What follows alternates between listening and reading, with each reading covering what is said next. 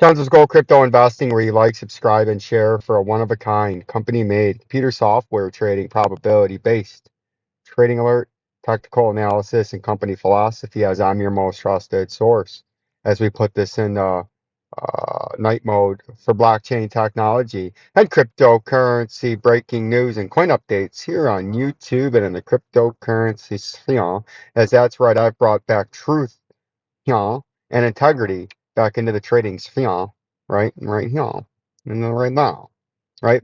And you can see in the stock market, the dollar's been going down a little bit, but the dollar's still been going down, even as we've had a little correction. But today we've had another little pump.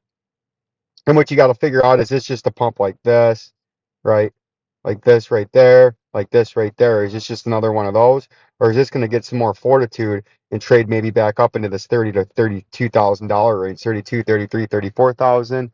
Or are you just going to get rejected by this major area of upper resistance where you have multiple areas of upper resistance that you're running into, right? And the volume's just not there either in the stock market, but the price is inching up and you're squeezed in between two major areas right now.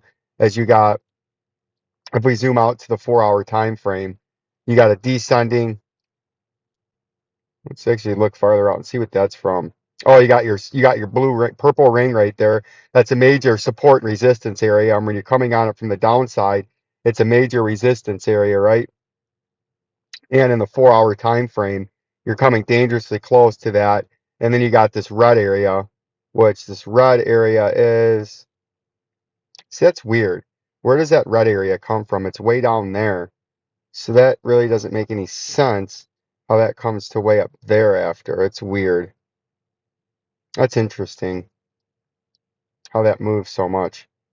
But that's what that is. You're getting squished. You got support on this orange ring, and you're getting resistance on this blue ring. And I would suspect that you get rejected as you come make an upper hit on this blue ring. See that? You're getting awfully close to it. And I think that's where you're going to top out if you keep meandering to the upside, right? Same thing with the NASDAQ. You can see the NASDAQ is being supported on the 200-day moving average right now. But if we zoom to the farther out time frame, you've been in this falling channel ever since you hit your top.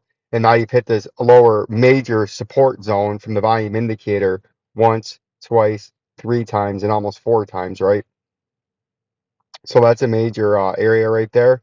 And that's what you got to watch for the stock market, because if you breach, like you've already breached once and then the buyers came in, if you breach this 11,729, you're going to have a bigger fall, which would initiate these stocks that are pumping a little bit today to start to go back down. Like you can see Apple's having another bear rally. It seems like I would think this will get topped out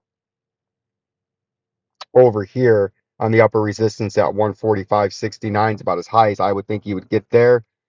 And then you're going to come trade back down to the underneath ring at $133. And then I think you're going to breach that and start to trade down towards that $120 mark. So we're going to keep an eye on that as that all plays into. You can see the gold's responding up a little bit, but that's just because the dollar consolidated down briefly, right?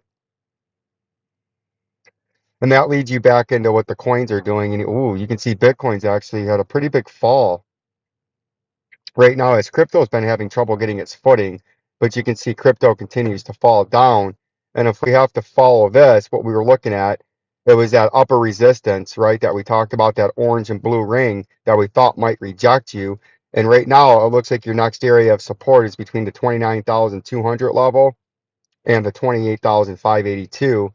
And that would be your next major area to watch down here, right in here. Because if you can't hold that area, you're going to come back down to that double bottom that we've been watching out to see if that's where you're going to trade down to. So we're going to continue to see how far this slips, if the buyers come back, or if it's going to wait till a supply zone, aka a support zone underneath the price. Right, you can see XRP is it's trading the same way as Bitcoin right now.